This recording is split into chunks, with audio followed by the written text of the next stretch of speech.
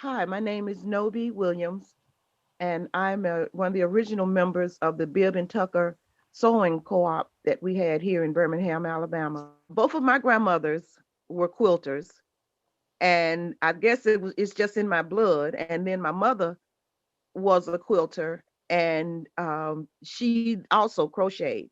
And she used to tell me all the time when I would see her crocheting, because I love to see her crochet. And she said, "I don't know why you didn't pick it up." She said, "Why didn't I show you how to crochet?" And I told her, I said, "I don't know." And I said, "It's too late for me to learn." I say, "I can't take on anything else, Mama.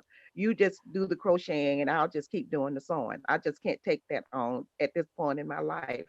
So both of my grandmothers were sewers, and they quilt. Both of them quilted.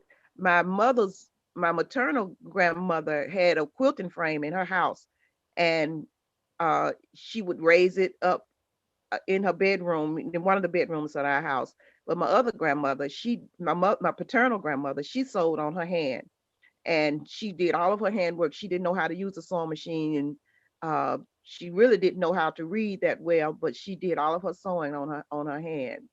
And I guess I can remember as far back as when I was maybe 6 or 7 years old, always wanting to sew.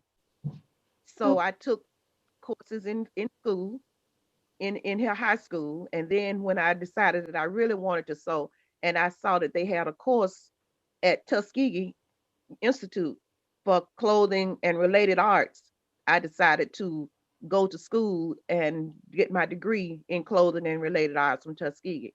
And that's where I learned a lot more about sewing, because we had to make for our senior project, we had to do a fashion show, and we had to make the patterns for every garment that we presented on the fashion show.